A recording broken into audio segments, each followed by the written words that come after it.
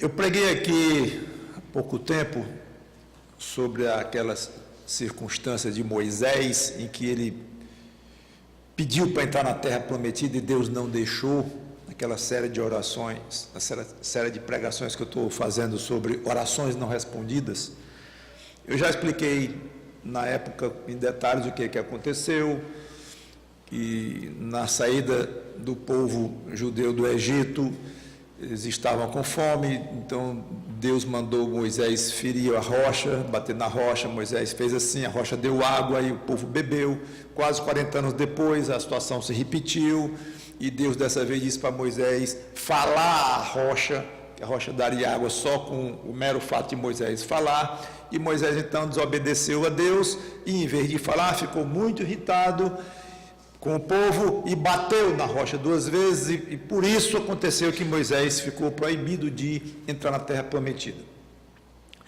Eu quero ler só aqui em Números 20, versículos 12 e 13, só o pronunciamento de Deus para Moisés sobre o castigo dele e a explicação bem sucinta, mas muito contundente, que Deus dá. Números 20, 12 e 13. E tem um detalhe só que eu quero pensar com vocês e tirar alguma lição. Mas o Senhor disse a Moisés e a Arão, isso depois de Moisés ter batido na rocha, desobedecendo, e Deus deu água para o povo bebeu e matou a sua sede. Mas o Senhor disse a Moisés e a Arão, visto que não crestes em mim para me santificardes diante dos filhos de Israel, por isso não fareis entrar este povo na terra que lhe dei. Então ele explicou aqui, deu 2 motivos que os irmãos Moisés e Arão não creram em Deus. Até comentei na pregação que não sabemos exatamente em que Moisés deixou de crer em Deus, talvez achando que não foi a melhor solução de Deus, e não é o caso de eu entrar aqui em detalhes, mas apenas o primeiro ponto é esse, não crer em Deus. E segundo, para me santificardes diante dos filhos de Israel, eles não santificaram a Deus. O que significa isto aqui?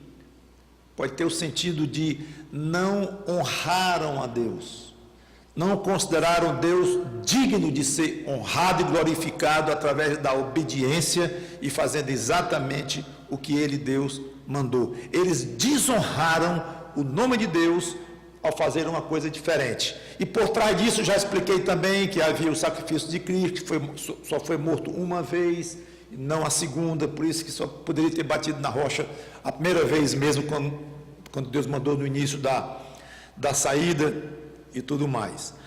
Mas temos aqui então a primeira parte que fala na ideia de santificar a Deus. Moisés falhou nisto, e Arão, e foi muito grave diante de Deus, a ponto dele dar como um dos motivos do tremendo castigo de eles não entrarem mais na terra prometida, nenhum dos dois.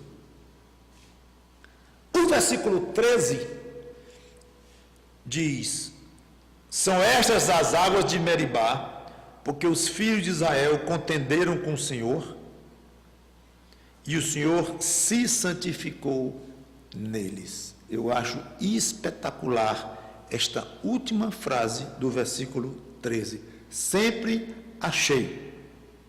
Por causa do contraste com o 12, que diz que Moisés poderia ter santificado a Deus, obedecendo-o e fazendo como ele mandava, do jeitinho que Deus quisesse, se era estranho ou não interessava.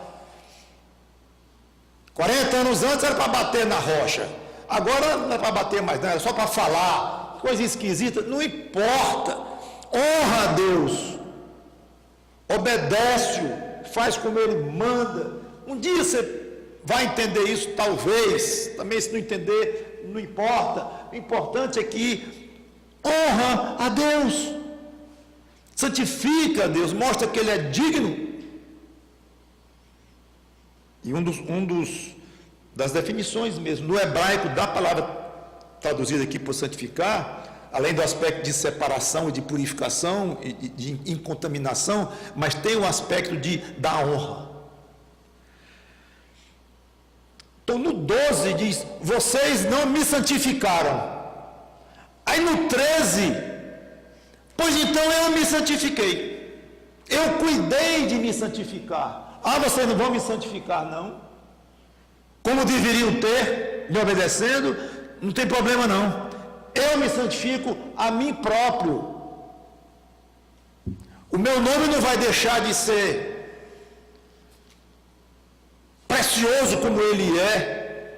Pode dar motivo, vocês deram motivo para o meu nome ser desrespeitado, ser falado mal e tudo, mas isso não vai alterar em nada a minha dignidade, a minha santidade, a minha soberania, nada. Zero, Moisés. Você falhou, mas eu não vou deixar de ser santificado, não. E se faltar entre vocês quem me santifique, entre meus servos, que é o que vocês deveriam ter feito, eu o faço.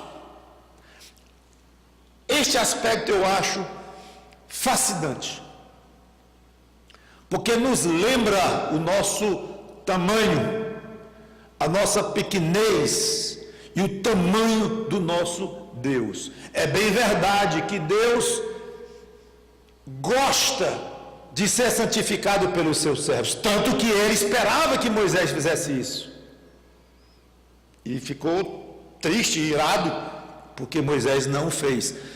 Então é verdade que ele, vamos usar a expressão assim, ele conta conosco, ele faz parte do plano que é agradável ao coração dele, que nós o santifiquemos, que a nossa luz brilhe diante do mundo. Para quê? Para que os homens vejam as nossas boas obras e glorifiquem ao Deus que está nos céus. Ótimo. É muito importante o nosso bom testemunho. É muito importante que nós imitemos o Senhor Jesus Cristo. É muito importante que o mundo veja quem é esse Deus que nós agora passamos a chamar de Pai. Quem é esse Jesus Cristo que nós passamos a chamar de Salvador depois da nossa conversão. Então, a Bíblia toda aponta no sentido de que sim, é muito importante nós nos concentrarmos em santificar o nome de Deus, honrar o nome de Deus, e não fazer como os judeus fizeram, que Paulo comentou, dando motivos para que o nome de Deus fosse blasfemado todos os dias, por causa do comportamento tão desobediente do povo judeu. Então nós temos esta obrigação, e eu diria também, além de obrigação, o alto privilégio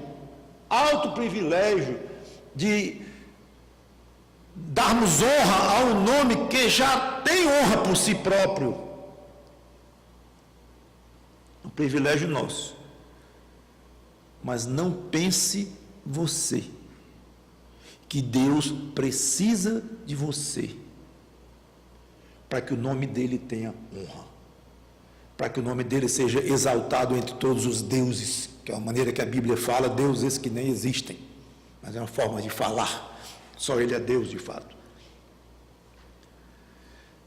A honra, o nome, o poder dele não depende de coisa nenhuma do que você faz ou deixa de fazer. Nada vai arranhar o nome de Deus, nada vai subtrair. Se todos nós passarmos todos os dias pecando até cada um e morresse, todos os nossos pecados juntos não seriam suficientes para subtrair uma partícula da santidade de Deus, porque ele é santo pelo que ele é. Então, ao mesmo tempo, no aspecto prático que eu quero, ao mesmo tempo que nós devemos considerar um privilégio e uma obrigação, as duas coisas juntas, de santificarmos e honrarmos o nome de Deus, mas saiba que ele não necessita, realmente, a rigor, ele não necessita de você. Que isso lhe leve a a adorá-lo mais, na sua soberania, do tamanho dele. Mas tem um segundo aspecto, é que ele vai lhe cobrar. E talvez duramente.